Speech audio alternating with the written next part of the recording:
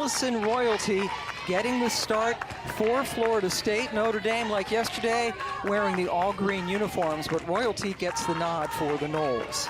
Excited to see the senior in the circle. She has been in big pressure-filled situations, and so this a great start for her in the tournament.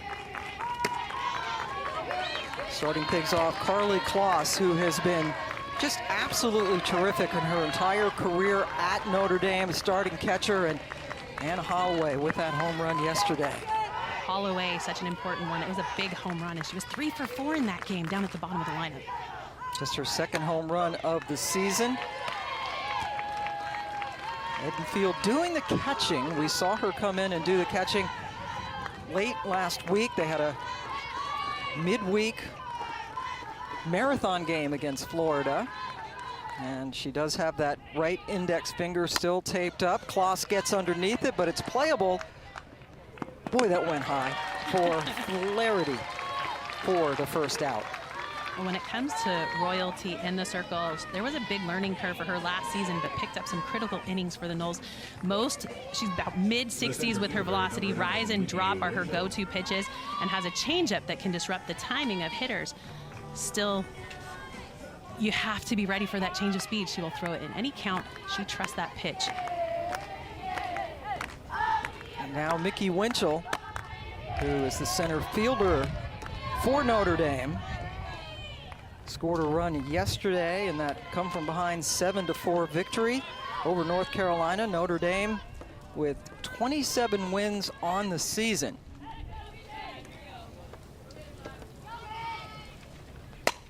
That is taken into left field. Mudge fielded it on one hop, so a one-out single for Winchell. Florida State, Sid Sherrill, who used to play third, and then Josie Muffley at short. And the freshmen have been terrific. You talked about Beecham as a hitter, but there's Torres over at short, and boy, Beecham at third. We have seen her make great plays all season long. Yeah, she is the only freshman on the top 26 Player of the Year watch list. Yes, not just Freshman of the Year, but Player of the Year. And Devin Flaherty just couldn't get there. Addie Amaral with the single. And when you are playing second base, you've got a shade depending on which pitch is coming in. And this one on the outside part of the plate, Flaherty is shaded way up the middle, which didn't make enough sense to me because that ball, that 3-4 hole, left a huge gap to allow that ball to get through. And that sets up Karina Gaskins, who leads the entire country in walks. Got a walk yesterday. She's been walked 55 times this year, more than twice as many times as she has struck out on the season. And she is another mainstay for this Notre Dame team. ACC Player of the Year a couple of years ago. And Royalty keeping the ball away from Gaskins, knowing that she loves to barrel up the ball, send it deep. She's got 8 home runs on the year, but has been pitched around all season long. Just one away with 2 on. Gaskins hitting .283 with runners in scoring position, and an opportunity now for Notre Dame against a very uncharacteristically subpar Florida State pitching staff this year. As you take a look at Gaskins with a 2-1 pitch. And that outside pitch, she actually hits .552 on the curveball outside, so I'm curious as to why Royalty continues to go outside. But look at the accolades that this player has been able to rack up in her career, and now the kind of bat she's swinging, she's being pitched around all season long. Absolutely. Sent into right field and unable to catch up Kerr. Now Karina Gaskins on pace to, boy, she's already setting all sorts of records. Single season for walks, career for walks, on pace for the best on-base percentage as well in the history of this program. And she's first in the ACC in on-base percentage, 4th in the nation. And an opportunity for some RBIs. Cassidy Grimm waits on deck. Hit to Beecham. They're going to try to turn 2, and they do. Good recognition. Gaskins is not very fast getting down the line, and there's the freshman. Hitting .342 as a team this year, and their veteran Mudge leads things off. Issa Torres already showed her out in the field as a shortstop, one of the true freshmen. Second team all conference, hitting a nice 365, and behind her, Edenfield. And in the circle, the same starter yesterday for Notre Dame, it's Alexis Laudenslager. A fourth transfer coming into Notre Dame in Gump's tenure. She was a workhorse at Princeton and has been able to put up a ton of innings for Notre Dame as well. Yesterday in the come-from-behind win against North Carolina, she got a no decision. 3 innings, gave up 4 runs, but only 2 of them were earned runs as we look at her scout. Yeah, she'll come in 63, 65 miles an hour, more velo down in the zone, but goes up with a ton of rise spin. And this has been a problem for her, falling behind. And how about swinging on a 3-0? Well, Mudge has been a very patient hitter at the top of the lineup for Florida State in her tenure, but she knows when those pitches coming in and how to exploit them. And so that one up in the zone, they know that Laudenslager is going to be throwing the ball up in the zone, so she stays on top of it, drives it right back up the middle. It's a great start for Florida State. And here she is, the super freshman, Beecham, leading the ACC in batting average, best freshman batting average in the country, unanimous pick for ACC Freshman of the Year, and I think front runner for National Freshman of the Year. She has absolutely turned it on this season. The bright lights have not fazed her and her performance. Kloss behind the plate, always doing a good job to keep that in front of her. And when you think about the pressure that Beecham had to step into, she had big shoes to fill with Sid Sherrill's departure, but she has been able to come in and actually break the freshman RBI record that Sid Sherrill set. And that is quite a feat. Sherrill with another great career for this Florida State team that has been two of the last 3 World Series, were runners up last year to Oklahoma.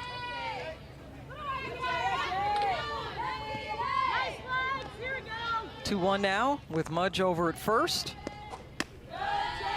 On the way that they're attacking her, Pam, is with a lot of off speed. They know that she has a ton of power. They don't want her to be able to time up Laudenslager in the circle. Because of that, they're throwing a ton of off speed and keeping the ball up in the zone away from that power spot. So just see your teammates surrounding you and just supporting you. That's what Florida State is known for. Now that's a great reaction, but you would think they'd be the least surprised people on the planet, right? But you're right. She's a great teammate. Everything we've heard from head coach Lonnie Alameda and their support staff is just how well this kid has come and fit in. She leads the team in all of those areas, and that batting average, best freshman batting average in the country, not just in the ACC. I mean, this is a player who is putting up numbers that is getting national attention and able to help Florida State in their quest to get back to the Oklahoma City. Now the 7th pitch of this at bat. Beecham tore up Notre Dame in their regular season series, going 5 for 12 and drove in 5 runs. Full count with Mudge at first. Waited on it and drew the walk. Mudge was taking off with the pitch, by the way. Well, when it comes to aggression on the bases, Mudge at the top is notorious for putting herself in a position to get to scoring position, and then there's never a stop sign, I feel like, around third base when Mudge is at second. So expect to see this ball look for the grass and Mudge not stopping or hesitating around third. So the first 2 have reached now for Kaylee Harding, but Carly Kloss is one of the best, if not the best, in the conference at throwing out would-be base stealers. So it's always chancy. Well, and I would not expect to see Mudge trying to steal third. Right. Typically, it's a first to second advancement, but with the walk to Beecham, she puts herself in the perfect spot and nobody out. Harding was a first-team All-ACC selection. RBI situation. Sends it skyward. Gaskins chases, and it falls in front of Cronenberger. And not only did you see the converge of 3 different defenders going for that ball in foul territory, but what you had was Mudge tagging up on second base, knowing that she was going to have the opportunity to gain 60 feet if somebody pulled away and out.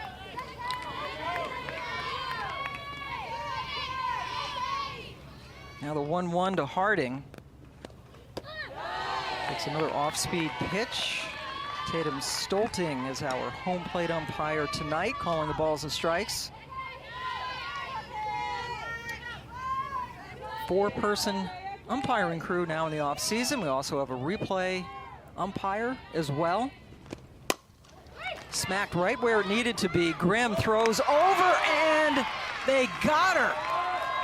Cassidy Grimm with a nice play to get Harding, who runs well. Well, now we've seen 2 double plays in just the first inning. I mean, looks like defense right now is going to be ready to go. Cassidy Grimm over there on the hot corner. She doesn't hesitate, goes right back to touch the bag with a solid throw across to get Harding down the line, who is not a slow runner. So that play developed quickly, and Notre Dame was able to capitalize. So here's the cleanup hitter, the other true freshman, Isa Torres. First pitch. Torres, second team all-conference and also on the all-freshman squad. Also on the top 25 finalist list for National Freshman of the Year, along with her teammate Beecham, who is over at second. And that's what change of speed does to a hitter in the box. Yes, it was going to be a strike, so you know that getting the bat off the shoulder is the right approach to that. However, because it comes in with less velocity, the barrel gets through the zone and out to the pitch way in front. So it's a simple strike for Laudenslager. She is ahead of Torres, 0-2.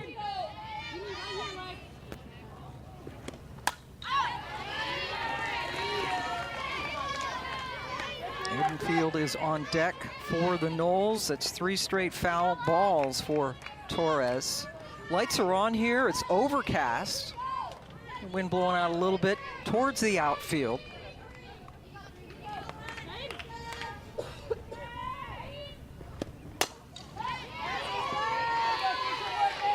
Fourth foul ball as she's just protecting. That's a 2-strike swing. Well, knowing that you have to protect in an 0-2 count, that was a very defensive swing.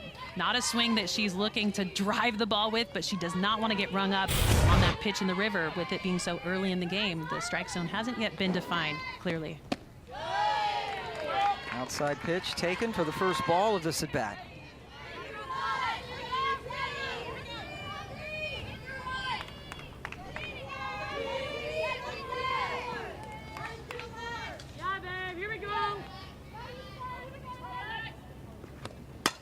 Torres gets underneath it. It goes into short center field, playable for Winchell.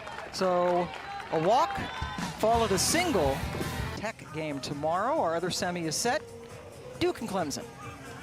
Yeah, you expect to see those, right? Those were the 2 teams that came on the scene so hot 7 and 5 years ago, and now as they step into this season, they're gonna have to battle it out in the semis. Duke had to go to extra innings to beat Boston College 2-0. Cassidy Grimm goes after the first pitch she sees. And how about some big-time love for Abby Dunning, the pitcher for Boston College? Boy, what a weekend she had. I was so impressed. I'm excited to see her again next year, throwing 70+, going 2 full games. I mean, that is a player that I'm going to circle and make sure I pay attention to next year in conference play. Everyone should. A terrific screwball pitcher. Ross chased it, but couldn't get it down the first base line. Well, and that's one of the advantages for a home team that's used to playing in this spot. You know where the fences are, you know where it's going to be. So as she went over there to first base, Amaya Ross puts that hand up to find the fence, but then pulls a little alligator arm situation and can't extend the glove to get the catch. Ross having a breakout year at the plate after just being a part-time player heading into this season. And has been over there at first base for the Noles. Florida State was picked to win the ACC for the 11th straight year. They came in second to Duke in the regular season. On the ground to Flaherty for the first out. When Pam, we've seen great defense by Florida State, and that's one of the things that is kind of a key for them, making sure that they back up their pitcher, but they have stumbled down the road. In the last 4 games, they've had 9 errors, very uncharacteristic. But with Lonnie Alamida's team, we've seen the evolution of a program throughout a season every single year. 12 wins via the run rule this season. They've really found their offense.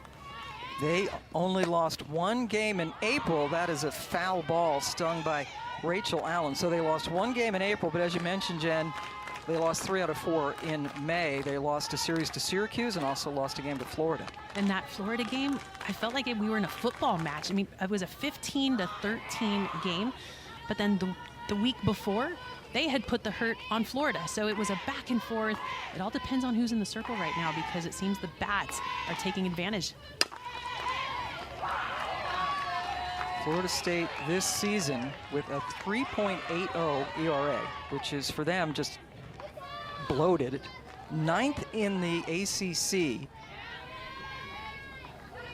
The ERA actually has come down since the beginning of the year, but still, it's not what we're used to seeing. 0-2. Edenfield behind the plate blocks it. Now, in the last 11 seasons, and there's so many great pitchers. They had Kat Sandercock, who graduated last year. And the last 11 seasons, top 20 in the country in team ERA. How about 161 right now? Yeah, out of over 300 teams in the country. You can go back in those 11 seasons. You had Megan King in that group too. I mean, they have had huge names in the circle. And this year, not one has really emerged. And McKenna Reed was the pitcher that everybody was expecting to be the standout this season, and we have not seen her pitch in the last couple of weeks. April 21st, last time she's been in the circle. And we do not anticipate seeing her in this tournament as Allen goes down swinging. Royalty loves that pitch up in the zone. Look at that spin. Nice, tight. Gets the swing and the miss. If it starts belt high, you got to be careful because Royalty loves to spin it and get that swing and miss. Royalty, a senior who played a couple of years at Arizona State before heading down to Florida State. Now Jane Cronenberger had a home run yesterday. And that great comeback win against North Carolina. Boy, North Carolina with a very good season as well.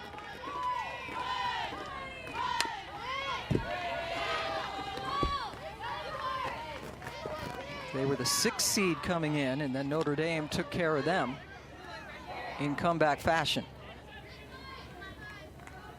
Typically at the bottom of your lineup, you don't expect to see those home run hitters, but Cronenberger and Holloway went back-to-back jacks yesterday that helped solidify that win. That's right into the gap. And Cronenberger able to get into second standing with the 2-out double. One of the things that Jane Cronenberger had really worked on in the offseason was just learning how to be more patient in the box. And this pitch on the outside part of the plate is in a power zone. Typically, you like to see your hitter go the other way with this pitch, but she's able to extend the barrel, get out over the plate with enough of that sweet spot to drive it all the way to the wall. 6th double of the season. 3rd hit for the Irish, their first extra base hit today. And that sets up Anna Holloway. That's a tough play. Royalty able to get to the tapper. To at least 6 o'clock tonight, so they are way behind. Meanwhile, we are here in our 3rd of 4 quarterfinals and our first look at Michaela Edenfield at the plate. Edenfield, the redshirt junior who broke her finger, and you can see it there, Jen. It's all taped up. Yeah, broke that in their series against Louisville, sat for 9 games, had surgery on that finger, able to come back during their series against North Carolina. He came back right as a DP, and then we saw her do some catching. And it's an impressive return, not knowing if she was going to be able to come back because of that broken index finger on her throwing hand. She's been able to learn a new way to throw, to be able to attack potential base stealers. But it was impressive to watch her return against North Carolina. She had a hit in her very first at bat and also a home run in that series after sitting for 9 games, going through surgery, and not being able to use that index finger. It really is remarkable, as you said, especially coming back to catch as quickly as she did. She did that in that midweek game against Florida that lasted 3 hours and 45 minutes. How do you know that, Pam? Eyewitness account. Yeah, you and I were on that game, and it was a back and forth affair. Both teams not wanting to relinquish the lead, and 15-13 finally after 3.5 hours. And Edenfield was able to go in and catch in the latter part of that game.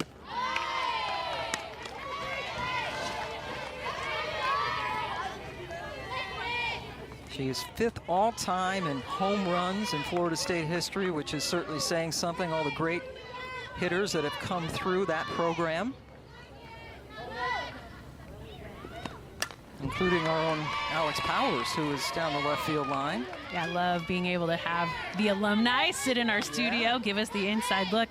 And with Michaela Edenfield, this is maybe the perfect time to be able to have Edenfield up because nobody's on. Her RBI potential is through the roof. 7th pitch at this at bat from Lawden Slager. Pops it up. Gaskins squeezes it. Maybe didn't squeeze it tight enough because that one almost popped. Yeah. It was like she was jobbing left field this year, and Carly Kloss, who has caught all but 2 innings over the last, was it 2 seasons? It doesn't even sound possible for a catcher to be able to do that. That's a base hit. Flaherty sends it into right. And I think that's Flaherty's MO. She doesn't try to do too much. She doesn't try to overswing. She just looks for gaps, looks for opportunities to drive the ball to the grass. And with a 3-4 hole that was a little exposed, she takes advantage of it. Flaherty back-to-back years. She has made the 2nd team All-ACC list. And sets up Janai Kerr.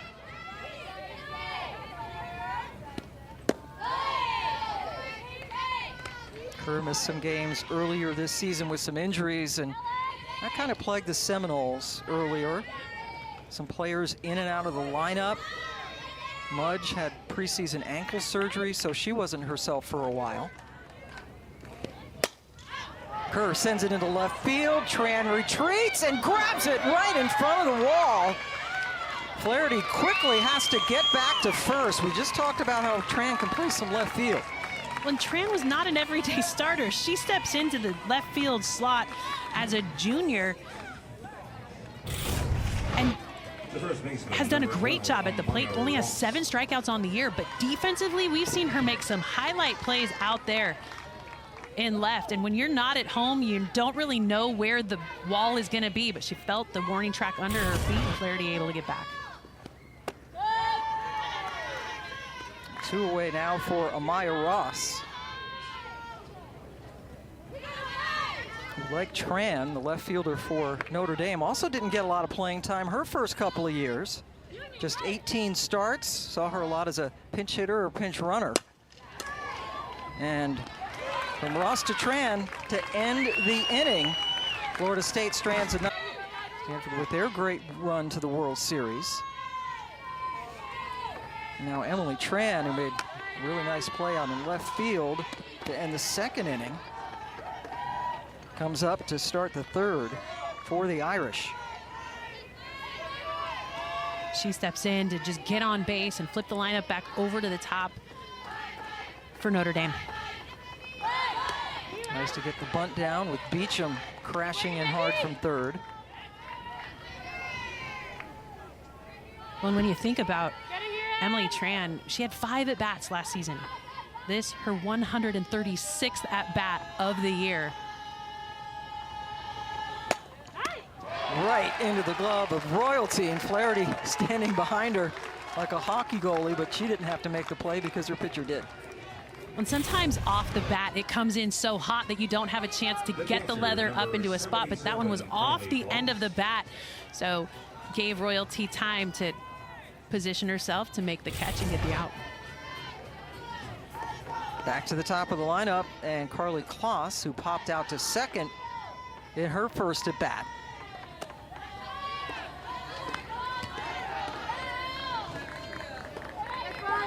Had a couple of hits yesterday and a run driven in. Was the defensive player of the year last year in the ACC as a catcher. And Kloss has shown just how valuable she is. She's caught all but 1 inning in the past 2 seasons and has only had 1 pass ball in that time. And has thrown out a ton of runners. And we had a chance to see Notre Dame earlier this season during conference play. And when we talked to head coach Deanna Gumpf about Carly Kloss, she said, you know, I really like her in the number 2 slot in the lineup. She's more of a patient hitter in that spot. But when you look at the flow of a game, very rarely do you get the top of the lineup back up again. And so Carly Kloss actually hitting in the 2nd slot here in the 3rd inning. 2-1 pitch as a train goes by. You hear the whistle? 2-2. I mean, it's just a perfect spot for a softball stadium. It's nestled right here in the corner of campus. It's a beautiful backdrop to be able to have the berm surround with all the fans able to sit on the berm, not just in the stands. Nice breeze blowing here tonight. Sun trying to peek out a little bit. Ross makes the play. Softball. Yes. I think that needs to be remedied very quickly. Nikki Winchell singled in the 1st inning, and also the University of Miami doesn't have softball. And when you think, I believe there's some depth of talent in that state. More than that, so those you've got are the 2. Yeah, and beautiful weather. Yeah, campaign for that too. Yeah, but Coral Gables would be in a terrific place to host this stadium, to this tournament. Well, the ACC is going to have some new partners or new yeah. teams next year. So yes, it would be the perfect time to start up some programs at Wake and at Miami. Can't. So the ACC championships next year are going to move up to Chestnut Hill. That's right out, it's Boston. And then Clemson will host it. And yes, it expands to 12 teams. Cal and Stanford will be joining the party. SMU coming into the league, but they don't play softball. Right. Well, just think about the kind of travel that is being asked for out of those West Coast teams to join the ACC. Hey guys, take it easy. There's a softball game going on. Come on, pay attention. 3-1. This is the first 3-ball count of the day for Royalty, who makes the play. She has fielded her position well, sets him down a pitch today, which is huge in this single elimination tournament. Kennedy Harp starting in center field, and in the 9th slot, bats for the first time today. Cagle playing first base when she is not pitching. And it's a unique spot for Harp to start. This is just her 15th start of the season, so not a ton of reps out there in center. She does have 47 appearances, but definitely not what I expected down here for Florida State. Kennedy with the All-ACC freshman team. She's from Lawrenceville, Georgia. Has shown some power in her limited at-bats with 4 home runs.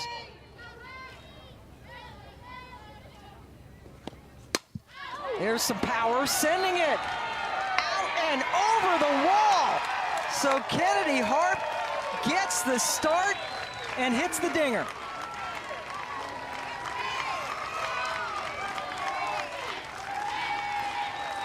It doesn't matter that she has about a third of the amount of at-bats that the rest of the starters have in this Florida State lineup. She gets a pitch that is left big, and look at the spin. A little backspin on that changeup coming in, and Kennedy Harp, 5th home run of the year. Leidenslager, not what she wanted to dish up. 1-0 lead for Florida State. As Mudge comes up, she's singled to start things off for the Noles, but both teams were able to turn double plays in their respective first innings to get out of threats.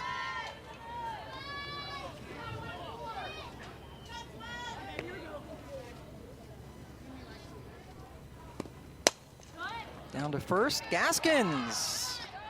A little bit of a nervy play, but picked it up to retire Mudge. When you play behind first base, you have to make sure that you're aggressive to get in front of the bag so that that doesn't happen. That ball could have careened off and ricocheted to a crazy spot and allowed a base runner. So as a first baseman playing back behind the bag, you've got to be aggressive forward to make that play before you get in trouble with that bag. And this is exactly what you want if you're Notre Dame, is beat them up with nobody on base. She walked in her first at bat. And Beecham is listed at 5'3", but she packs a lot of power in that small package. She is a solid hitter with a small strike zone, which makes it difficult to throw to her. So you got to change speeds, try to jam her up, because if you leave anything big, she has been able to absolutely wallop through the zone. Leads the team in home runs, also in average. Just one of the most impactful freshmen we've seen.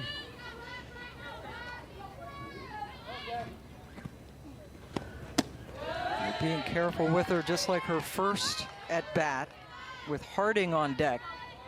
Got great personality too, is Beecham. And this part of the lineup is unforgiving for Florida State. A lot of home run power, a lot of speed. It's hard to dance around any of these hitters.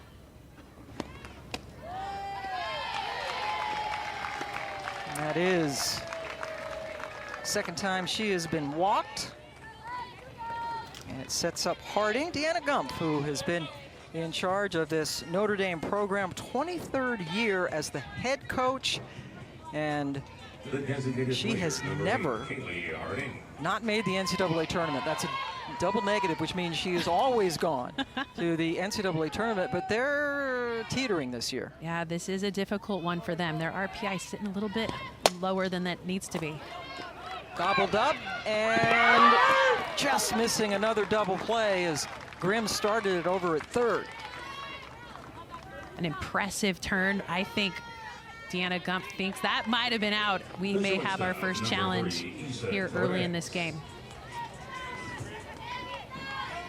Each coach gets 2 challenges. Got a smile from home plate umpire. And a giggle. And a giggle as she went over to Alex Leap. It's a good turn, right? You get the lead base runner over there at second, but according to that, you're looking for the ball in the glove before the foot touches. Ooh, Oh, I think she has safe. reason to review, but she did not go to it. Opposite field, Tran retreats and runs it down. So Torres, yesterday, Coach, you guys were trailing against North Carolina, put together a monstrous comeback. How does that follow through into today? Well, I think that just, I think it gives the girls a good thought and good feelings about what we can do today. And the score doesn't matter at this time of year. We're going to play our best ball, and we're going to go for it no matter what the score is. And you've got trusted arms in the circle, but what went into your starter here today? Well, she did a great job starting yesterday, and she didn't throw that many pitches. And I thought, she did a great job. She kept them off balance for a little bit, gave us a chance to win. So I thought, let's go for it. All right. Thank you so much for your time. You bet. Thanks. All right. Coach Gump in her Notre Dame Fighting Irish with that upset win over North Carolina yesterday. Laudenslager is a pitcher that she had an eye on, had seen her in youth ball or club ball before Laudenslager went to Princeton, where she was a fantastic pitcher, 2-time Ivy League Pitcher of the Year. Well, let me help you. It's called travel ball, Pammy. Club ball. Oh, so it's basketball. That's I'm right. Getting back into I know. that. Come on. What sport is this? But in travel ball, one of the best ways to get seen is when a coach is coming out to watch another player. If you put on a good showing, you can get on the list. And that's what happened with Laudenslager. She was not recruited to come to Notre Dame right away, but with the kind of career that she was able to put together, it gave her an opportunity once she entered the portal to be able to step on campus at Notre Dame and make an immediate impact. And also with the incredible academic load that you have to have at Notre Dame when you go to Princeton, that shows you're pretty much ready. Laudenslager, mechanical and aerospace engineering degree at Princeton. Jenny's old major. Yeah, the major I never would have selected. Love the way that she's able to balance both of those things too. It's really amazing. The class schedule, it's not an undergraduate degree she's going for. There's a graduate degree that she has stepped on campus for, but Addison Amaral now in the box has been able to help out this team as a freshman as well, leading the team in home runs. On the all-freshman club, made second team All-ACC, got a base hit back in the first inning. Notre Dame no runs on 3 hits and no errors. Florida State 1 run on 3 hits and no errors as well, but that 1 run coming in the solo shot to lead off the third for Kennedy Harp. Winner gets the winner of Virginia Tech, Georgia Tech in the semi tomorrow. There you go, Isa Torres. East a piece of cake. I mean, that right there, line drive right at the shortstop. It feels good off the bat, but when you hit it right at him, it's pretty easy out. I mean, this one's barreled up. Because it's barreled up, it's one step and a grab for the out. Again, a true freshman. Allison Royalty says that a way to go. That's got to be such a comfort for a pitcher to know you have those infielders behind you. Gaskins here, sorry. And you want to have that out, because with Gaskins coming up, you want to be competitive against her. If you've got a runner on, you've got to be a little bit more careful around the zone, knowing that she's the player that loves to hit the ball out of the yard. And around the country, she has not been pitched to this year because of that power potential. Just 8 home runs for Gaskins, had 13 last year. Or 15 last year, pardon me. 13 the year before that when she was the ACC Player of the Year. But yeah, they have certainly been pitching around her even more so as her career has gone on. And this is the first year she hasn't had double-digit home runs in a season. Down 0-2, that skips in. And Notre Dame, overall, not hitting as many home runs as we're used to. Just 30 on the season. Team that usually has more power in their lineup. But that's what Coach Gump, you have to do that, right? You just have to adjust to the talent you have. That skips in, and Gaskin goes down to first base. Well, and Edenfield wore that one in a pretty tricky spot, too. She's, you know, when you get hit, coaches say, don't rub it. Well, she's rubbing it. I mean, she wore it back there behind the dish. It was a ball in the dirt, right off the forearm into the side. I mean, beyond the chest protector. That's a tough one. The Royalty hit Gaskins. It was a good look at Edenfield, always with the sparkly, shiny eyes behind the plate, but boy, that's a lot of punishment that catchers take back there. And again, playing with that broken finger on her, the index finger on her throwing hand. Well, and it's a vulnerable spot, too, because sometimes that hand will come out behind to block, and it doesn't get all the way behind the glove. And so she's got to be careful. She did have surgery on it right after the injury happened in Louisville at the end of their conference schedule. But because it's a vulnerable thing, she has to have that finger to throw. You don't necessarily need that finger to hit, but to keep her in the game defensively, she has to protect that finger. Cassidy Grimm had a little meeting with Coach Gump, and that's back-to-back pitches that have hit Notre Dame batters. I mean, that's, you always want to get in under the hands of a hitter, but these pitches are getting away from Royalty. A screwball inside. I don't know that I have the tenacity to stand in there and wear that ball right off the knee. Whew, I think tenacity or guts, or I don't grit. Grit. I don't know. So now an opportunity for Rachel Allen with 2 on and just 1 away.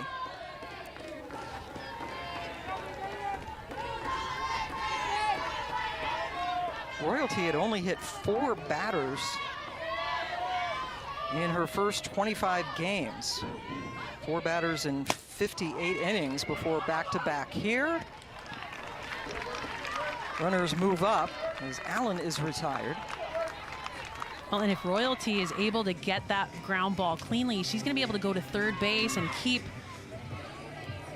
Gaskins, or keep the runner off of third. 2 outs were very, very good to Notre Dame yesterday. How about all of their runs in that comeback win against the Heels, coming with 2 down? Well, and we've seen this Notre Dame team not go down over 3, and again, we have not seen her in the last several weeks. Jane Cronenberger with a chance. And so far, Notre Dame over 3 with runners in scoring position, unable to get that timely hit. And as we creep towards after the halfway point of this game, your opportunities are really going down, and this is a must-win game for Notre Dame to make the postseason. Notre Dame coming in 27-22. They were 9-15 during the regular season, upset number 6 seed North Carolina yesterday, but beating Florida State obviously would be a big thing on their resume, get them into the semis of the ACC championship. Well, that is a tough spot. I would let that pitch go by all day long. Called strike on the outside corner, down low. That is not a hitter's pitch. That is definitely a pitcher's pitch, and I would let that one go all day long. Kronenberger doubled against Royalty her last time up. But the reason there's a swing on that pitch is because of the called strike in the pitch prior. You have to get that pitch, but that one, I like the way Royalty extends off the plate to get the swing and miss. She knows that that's in the batter's head. Now what is she gonna do with the count evened up? Smart call. Go right back to that spot, knowing that the batter wants to protect that outside corner, but Royalty not needing to bring it over the plate. She had a ball to play with, and so now as it goes full, she's gonna have to come with a much more competitive strike. Full count, 2 on, 2 out. Kronenberger takes it low. The bases are loaded now for Anna Holloway.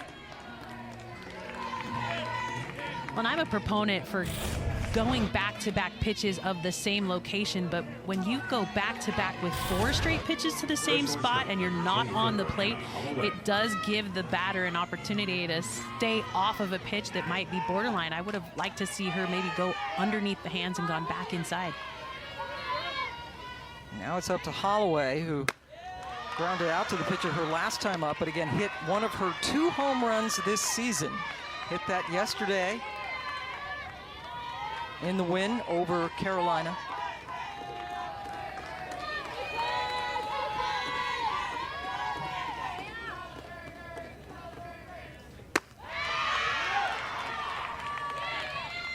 But look at the way that Holloway is able to just drive with power. Holloway sits at the bottom of the lineup. That was just her 2nd home run of the year. Her at-bats have been so much better this year, a much improved approach, confident in the box, and it proved to be one of the reasons they come away with the win yesterday. Kronenberger and Holloway with the home runs. You see that they certainly did damage. They were down 3-0 at that point, got to within a run, and scored 5 in the 6th to break it open. And now a chance in a 2-0 pitch that she hits to Beecham, who ends the inning. Overall in her start.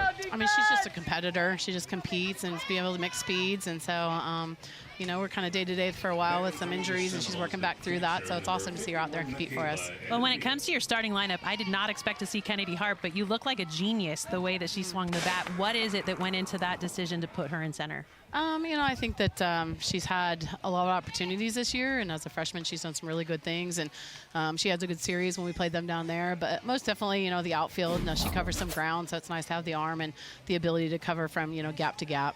And a genius move. Thank you so much, Coach. Thank you. Good to see you guys. All right, Lonnie Alameda has done tremendous things with this Florida State program. They have owned the ACC and the tournament since she took over, national champs a few years ago as well. And the pitching, this is an anomaly for sure for her. And she's terrific with pitchers, right? Just a great coach. But this year she's kind of had to do sort of a piecemeal staff. And it's been a different challenge, and she likes, as she talked about Royalty, just kind of go in there and just be gritty and get through things. Well, she's been ACC Coach of the Year 5 different times. She was inducted into the NCAA Hall of Fame this last year. She is a tremendous pitching coach, but you're right, injuries have plagued the pitching staff. They've struggled at times, and she's had to dive into development, which is one of the things she loves to do, get her hands dirty and creating pitchers and their arsenals. But this year it has been more of a struggle for her without that one ace to emerge and lead the way. Edenfield leading things off here. They're up 1-0 in the bottom of the 4th inning. One more game to go. It's Tech, Virginia Tech and Georgia Tech. They will get the winner of this game tomorrow. Duke and Clemson will play tomorrow. They played a classic last year in the ACC tournament when Cassidy Curd no-hit the Tigers. I mean, Cassidy Curd was dealing. I wonder if they're going to go back to the Cassidy Curd in the semi. I'm excited to see Jayla Wright threw a gem today. Fielded and thrown out by Amaral to lead off the 4th inning. Jayla Wright, the complete game victory, set a new single game record for strikeouts for Duke. Yeah. And the way that over there at second base, Addie Amaral had to field that ball, it came off with so much spin. It almost ricocheted off her glove with just one bounce. I mean, as a second baseman, you typically try to block things up, but that one almost skirted away. And now the second baseman for Florida State, Evan Flaherty. A couple of good second basemen in this game. Flaherty has been certainly a mainstay over there. Senior from Sarasota. She got off to a really slow start, hit 207 in her first 27 games. Since then, well over 400. Yeah, in her last 27, she's hit 417. Are you kidding me? She's only got 5 strikeouts on the year. Difficult to get herself out at the plate. She's become a triple threat, much stronger this year with her consistency. Skyward into center field, and Tran, the left fielder, tracks it.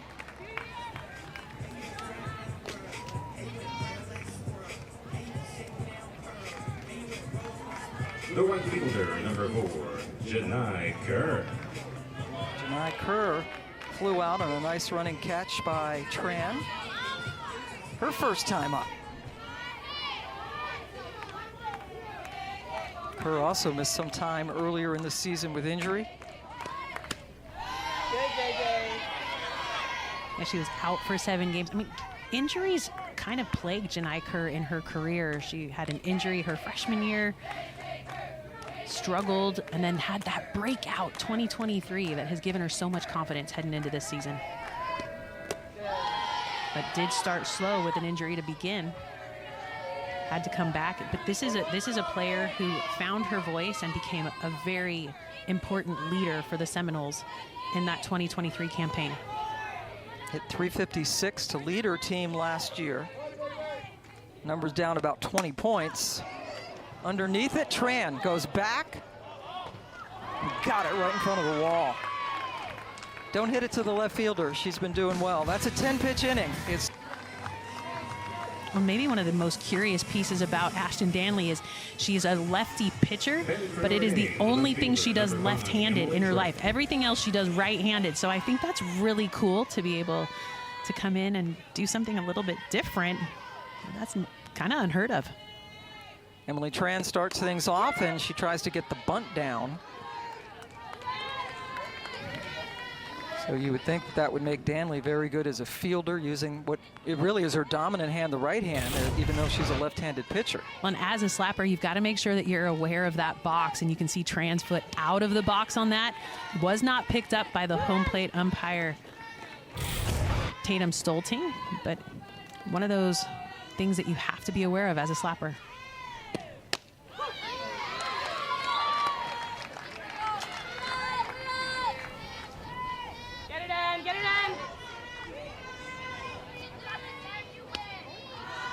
Tran has only struck out 7 times all year.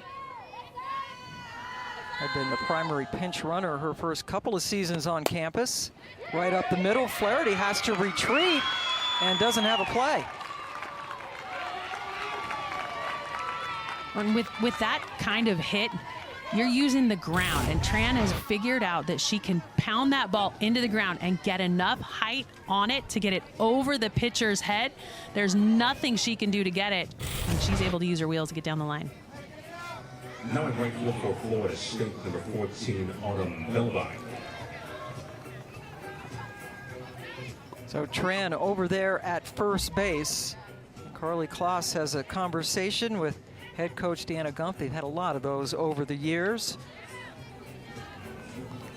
Batting for Notre Dame, the catcher, number 77. Early 0 for 2 so far in this game, leading the team in average this season. Well, as she steps into the box, she's going to look around and look at her defense. So right now with the positioning of Torres up the middle, it looks as though she is going to be covering second base, but it opens up a big hole over there in the 5-6 slot.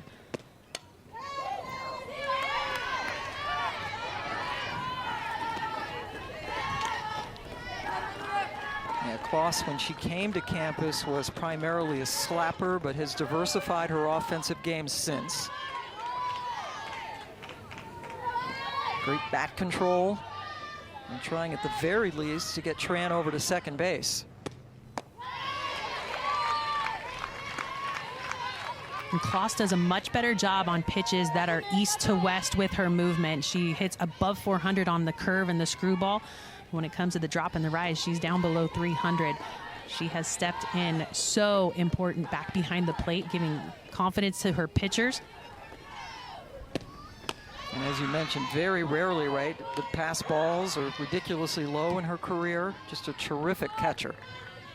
And she's so respected that teams don't even try to run on her. I mean, to be able to step in and have that in your back pocket, it gives a little bit of a oomph to your defense, knowing that they don't have to protect second base as tightly.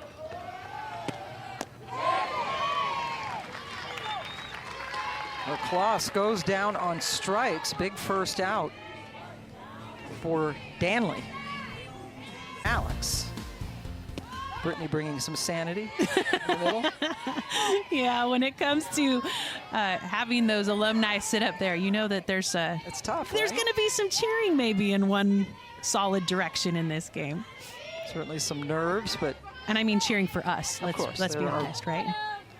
cheering for you. Nikki Winchell trying to get something done now. And that is a pitch right down Main Street. That's one that you never want to let go. Winchell does not have a home run on the year. She did not hit a long ball last season either.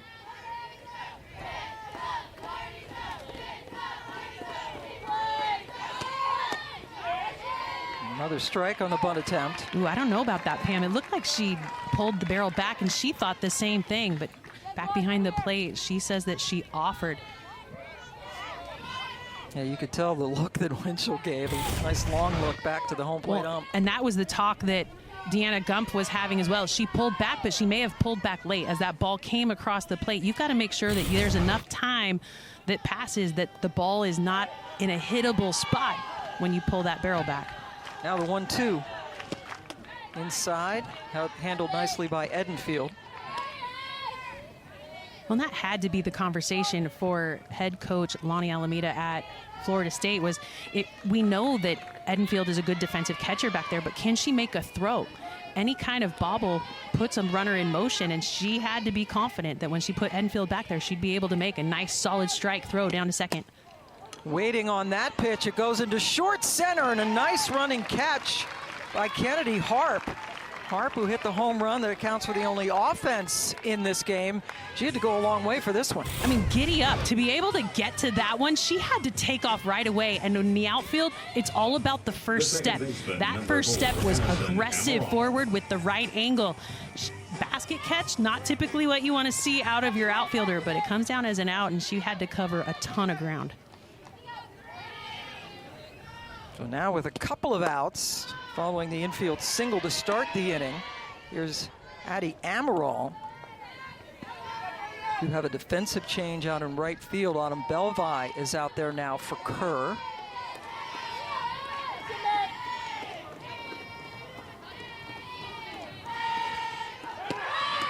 There she goes, runner takes off and slides in safely. So Tran down to second now with 2 away. I mean, that's a pretty good throw, and she's only doing it with 3 fingers. Are you kidding me? That one had some zip on it. It was just a little bit offline. From her knees. I'm impressed with the way that Edenfield is able to take control of that. Look at the spin on that throw. She's not coming around like a doorknob. She's throwing right through with fingers down. Impressed. Doing that with a broken finger that has had surgery. So is it technically broken anymore? Yes. Yes, okay. Got it. To me. Better story. I mean, it's remarkable that she's back that quickly. So the call is safe at second base, but I'm guessing what the review is whether she left early, because it was very obvious that she was safe on the advancement into the bag. But this year it is a reviewable play to go to review leaving early, and she clearly leaves early in our look there from our camera crew. Yeah, and the ball is still in the pitcher's hand when the foot leaves the bag, and that is not allowed. Yep. Nailed it. So take away that stolen base, and that ends the inning. to relate to the players better, to understand what they were going through and the things that they were asking of them. So hard to be a full-time dad, full-time coach, full-time student. Yeah, that was his daughter Josie, right, in the photo with Travis, who was on the 12-year plan. But he got it. Way to go, Travis. Maya Ross leading things off here for the Noles, nursing a 1-0 lead thanks to Kennedy Harp's home run. Freshman is on deck here. This is a quarterfinal matchup. The winner gets the winner of Virginia Tech, Georgia Tech tomorrow, after Duke and Clemson go after each other. Well, and that's one of those borderline pitches back behind that a catcher can't drag the receive. She needs to stick that hold, because we've seen that pitch called a strike, but you have to buy it back there behind the dish. 2-1 pitch from Laudenslager, who has gone the entire way, giving up 3 hits, one of them, though, the home run. Well, she does have 2 walks on the day, but I'm going to say that they were just pitching very carefully around Jason E. Beecham. Right. Both walks have been to the freshman. But now a 3-1. Ross sends it into right field, where Cronenberger grabs it for the first out of the 5th inning.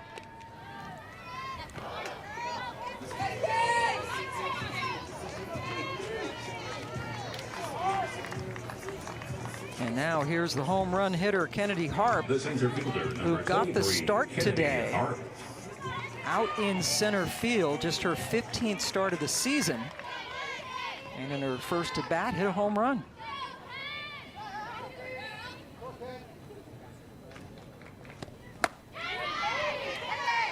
I think she was looking for home run number 6 on that swing. But when you come in with an 0-0 count, your job is to swing out of your shoes, especially on a pitch left big. But I like the way that Laudenslager has been able to disrupt the timing of these hitters, take some speed and velocity off of some of her pitches. Skied. Gaskins calls off Kloss for out number 2. That's a veteran move. You know that that is going to be a difficult catch for your catcher to get out to. She was going to be able to cover the ground to get there, but you do not want your catcher having to travel, catch this ball with the kind of spin that it puts on it. Gaskins, one of those veteran leaders out there, able to call everybody off and make it look easy. You know, 2 out and nobody on. It's a good look at Gaskins, veteran first baseman. Top of the order for Mudge, who has singled in this game. Laudenslager threw 21 pitches in the first inning. Since then, just 32, including just 10 last inning. First time she retired the side, and she's gotten the first 2 so far here. Settling in.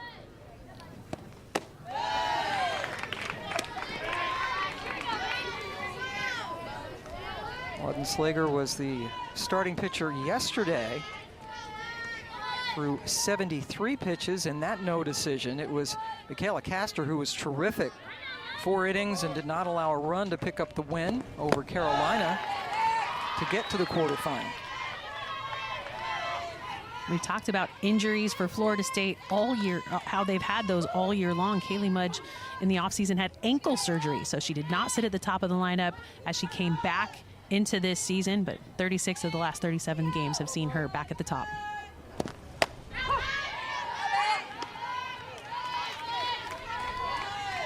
Mudge again, a first-team All-ACC performer this season.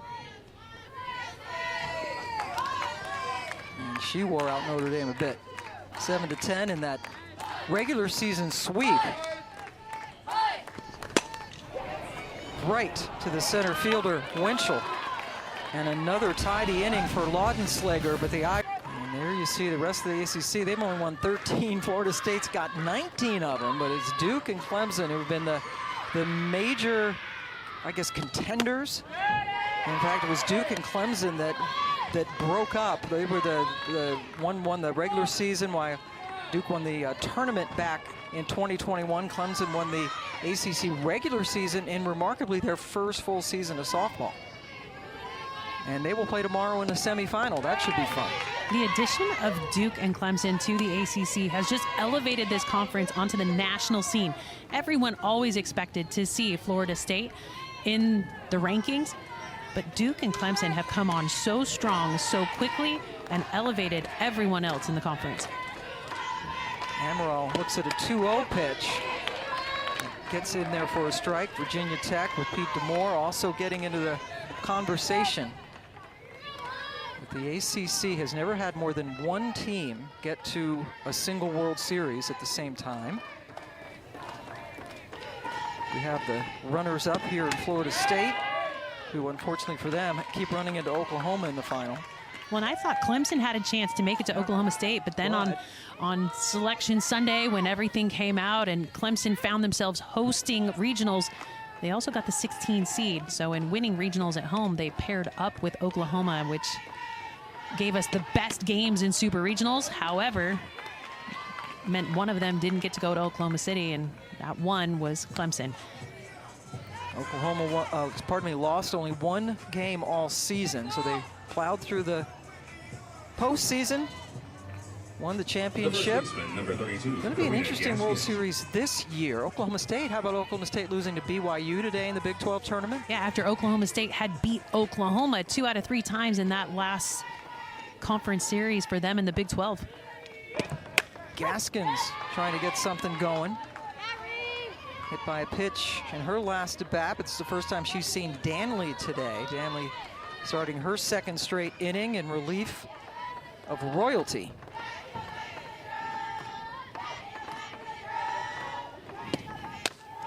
This is a Notre Dame team, and you mentioned this earlier, Jenny. Notre Dame has not been shut out all year. Yeah, they put runs on the board. This is a team that does not get shut out, and so this is a team, they also are so gritty.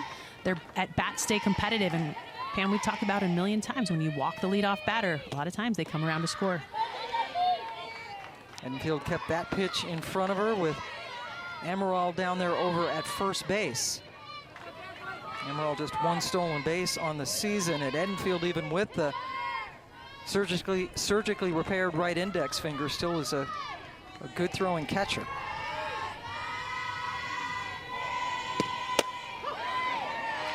Now that's a pitch you want to throw to Gaskins. If you're going to get that call, expect Danley to literally fill that spot up, because if Gaskins gets a hold of this, it's going to be a foul ball, just a strike. But at the knees, under the hands, beautiful spot. Now the 2-2. Yeah, that was just a perfect location, wasn't it, that pitch before? Gosh. I hated hitting against a pitcher that felt confidence on that drop down and in, because you can't keep it fair.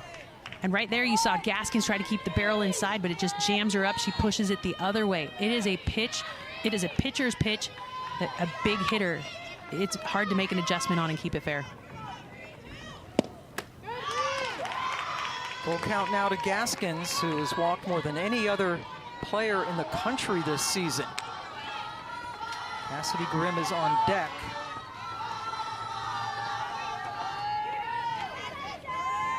Seventh pitch of this at bat.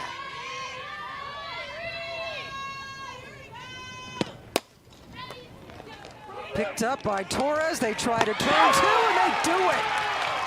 Torres to Flaherty to Ross. That is such for Grimm. Chops it on the ground. Ross goes for the tag, and they retire the side, so they'll give her that ball on the day that she broke it. Yeah, very classy. Sid Sherrill was terrific at third, and that's where Beecham has played very well. She's been a fan of this Seminole program since she was a little girl, went to camps. Lonnie Alameda remembers her well, and her dream has come true, and it's been, I would say, a mutual dream come true. No, yeah, both the player and the program. No doubt. She came to camps from the time that she was young, had a relationship with Coach Alameda, and said she just gives the best hugs. I mean, why? I think that's a unique reason for picking a university, but she's been able to step on and make an immediate impact. Holloway able to throw across to get Beecham, who had walked her first 2 times at bat. Home run by true freshman Kennedy Harp to lead off the third inning. That is it, all the scoring that we have The had. designated player, number 8. Well, when you Kaylee try Harding. to break into a lineup, you usually are doing that mid-season. Well, Harp is saying, hey, don't take me out. I can cover ground in the outfield. I can hit the home run. I think we'll probably see her in the lineup again tomorrow. If Florida State can hang on and win this game, they play the winner of our nightcap between Virginia Tech and Georgia Tech. Yeah, if you like the home run ball, you're going to want to tune into that nightcap game of the Techs. Predicting it will not be 1-0. That is a fabulous prediction. Yeah, a lot of home runs hit by those two squads.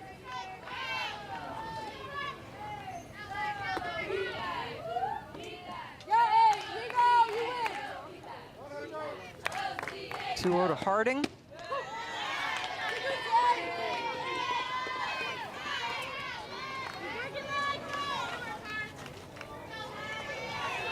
Fighting Irish program. Never beaten Florida State in an ACC tournament. 0-5. Lifetime against them. Trying to pull off the upset today. Well, off speed, drops in. And Laudenslager has been such a huge addition to this Notre Dame squad, knowing that she came in from Princeton this year as a transfer student, just the 4th transfer for Notre Dame in Deanna Gump's tenure in her 23 seasons. Sent into center field. Winchell chases, and it hits the berm. Kaylee Harding with the solo home run doubles the lead for Florida State.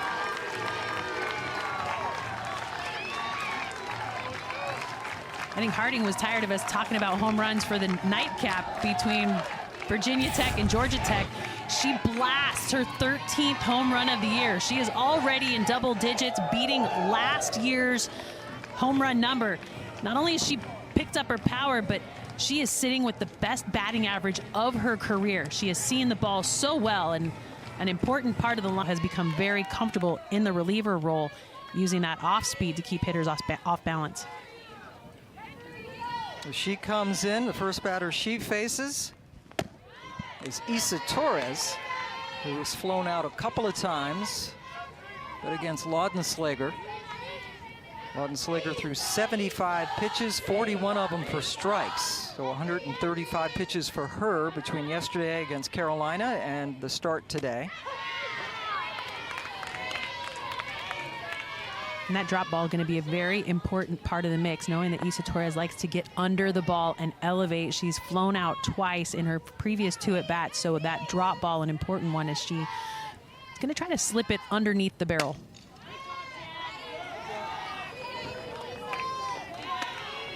See some, was it Georgia Tech down the left field line? Had to Duck out of the way. do a little duckage early as they get ready. No, that's Virginia Tech. That's Virginia Tech over there, okay. Getting ready to take on the other Tech.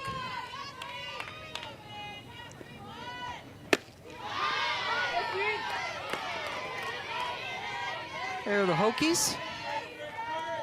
There's a dog over the left field wall there, Jen. We're talking about Virginia Tech, Pam. sorry. Don't get distracted. Squirrel. 2-2 pitch now to Torres. On the ground, Gaskins has to hurry and just beat Torres for the second out. That's one of those in-between ground balls that with your second baseman pulled a little bit up the middle, your first baseman has to cover a lot more ground and then go back and get the out themselves. And yes, Pam, The dog. there's the dog. Thank you, Matt Wilson, our very talented director. Just got to keep you happy, Pam. Dog sympathetic guy. Edenfield 0 for 2. Getting the start behind the plate.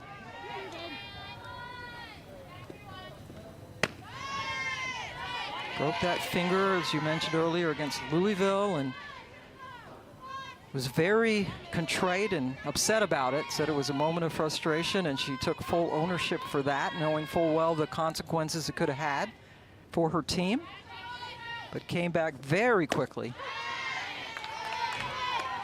When it was a situation that she wasn't trying to harm herself. She was upset and slammed her helmet down. Her finger got stuck in the ear hole, which broke her finger. So not anything intentional of didn't think that it was going to do any harm, but a fluke accident kept her out for 9 games.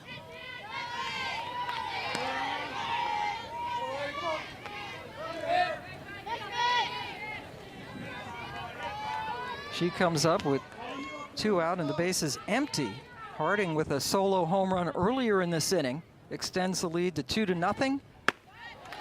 Looking forward to Notre Dame now in the 7th. Allen, Cronenberger, and Holloway, the bottom part of their order, due up.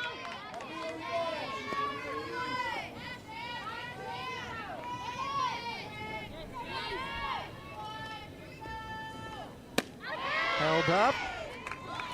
And called a ball, much to the amazement of Carly Kloss, the catcher.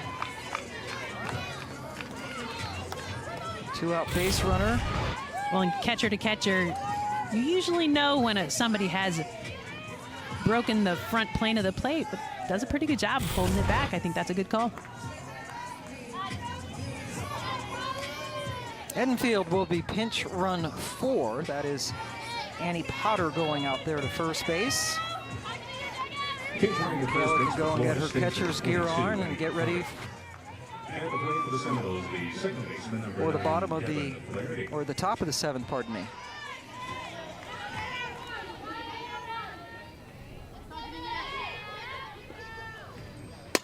Flaherty takes the first pitch into right field. Potter coming into third. Runners on the corners now. Yeah, you don't make a pinch running change simply to allow Edenfield to put her gear on. That is exactly why you put in Potter, because she's got wheels. She's able to exploit a ball that hits the grass. There was no hesitation around second base. She picked up Travis Wilson over there at third. And look at this, ball to the outfield, picks up her coach. I'd like to see her hit the corner a little bit tighter on that, so to prevent the wide turn, but it was easy advancement over their third. Janai Kerr tries to pick him up. Flaherty takes off. Kloss throws down to third in case Potter decided to stray. And so that's a safety play by Notre Dame, knowing that in a first and third situation, you're going to have a runner in motion, but they want to keep Potter honest over there at third. Indiana Gump wants to take a look at it. She wants the umpires to look at it, thinking that Flaherty might have taken off early, and the new rule, well, that's reviewable, has kind of changed some strategies for base runners. Oh, that looks like a pretty good lead. From our high home cam, you can tell that it's close, right?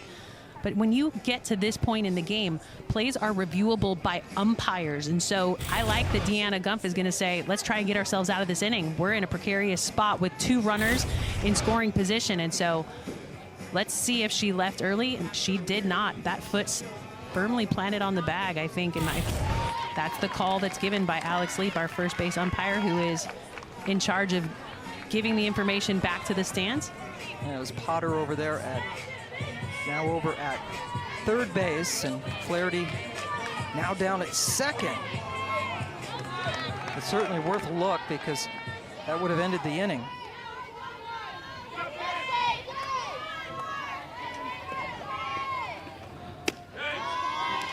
But with Deanna Gump, that's great gamesmanship to be able to step in and say, hey, I can maybe make a difference in this one, knowing that she has a review to use. Go ahead and use it in that situation. Try to get yourself out of the inning. 2-0 to Kerr with 2 runners now in scoring position. Off speed for Becker.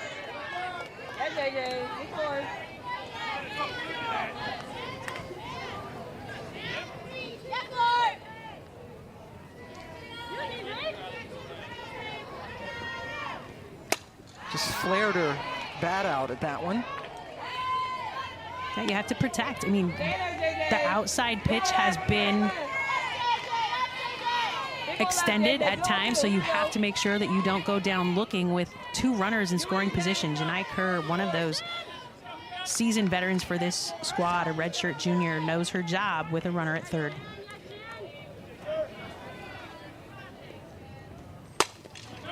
Hit right to the shortstop. Holloway throws over to end the inning.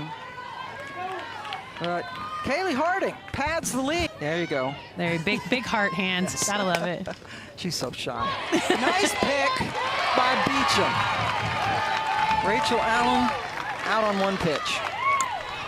I like Beecham. That girl is nails. I mean, that is a tough play. You got to pick your hop. And if you don't move forward and pick that short hop, that ball will eat you up all day long. So that is played perfectly. And little point by Danley to say she saw. Yeah, she is a true freshman, ladies and gentlemen. Jane Cronenberger trying to keep things going into right field, battling the sun. How about 2 pitches and 2 outs? Kerr back into play right field, grabs it. An efficient inning so far, but the sun as it sets over the third base grandstand, that's a tough play out there in right. Luckily, the shades are in the right spot. How many times have we seen it, Pam, where the shades are sitting on top of the visor with the sun right in the player's eyes? Pitching for Notre Dame, number 63, Mac Vasquez. Mac Vasquez comes in to pinch hit for Holloway, who had grounded out twice. Vasquez got a pinch hit single yesterday that drove in a run during the 5-run 6th inning in the come from behind win over North Carolina.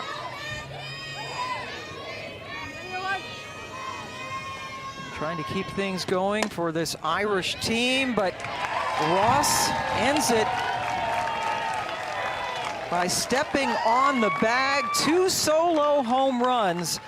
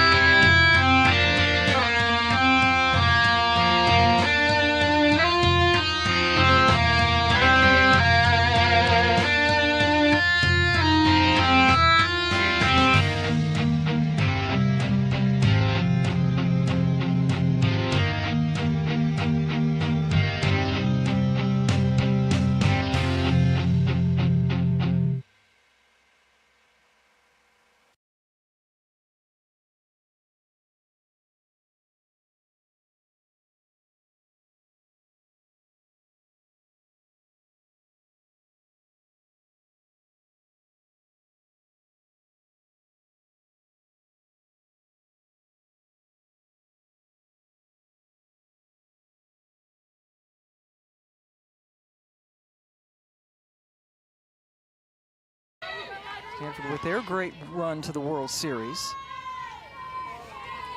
Now Emily Tran, who made a really nice play out in left field to end the second inning, comes up to start the third for the Irish. She steps in to just get on base and flip the lineup back over to the top for Notre Dame. Nice to get the bunt down with Beecham crashing in hard from third. Well, and when you think about Emily Tran, she had 5 at-bats last season. This, her 136th at-bat of the year. Right into the glove of Royalty, and Flaherty standing behind her like a hockey goalie, but she didn't have to make the play because her pitcher did.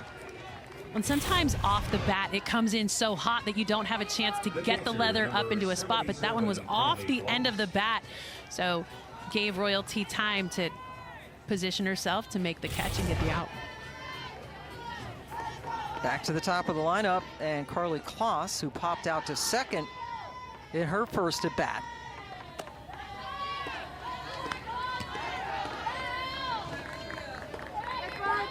Had a couple of hits yesterday and a run driven in. Was the defensive player of the year last year in the ACC as a catcher. And Kloss has shown just how valuable she is. She's caught all but 1 inning in the past 2 seasons and has only had 1 pass ball in that time. And has thrown out a ton of runners.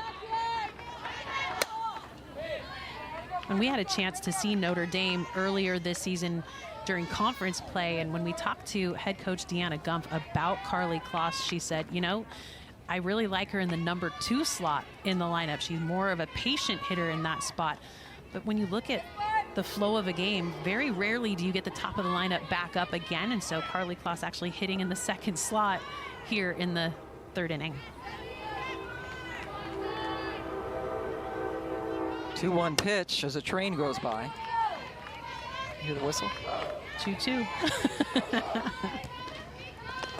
I mean, it's just a perfect spot for a softball stadium. It's nestled right here in the corner of campus. It's a beautiful backdrop to be able to have the berm surround with all the fans able to sit on the berm, not just in the stands. Nice breeze blowing here tonight. Sun trying to peek out a little bit. Ross makes the play.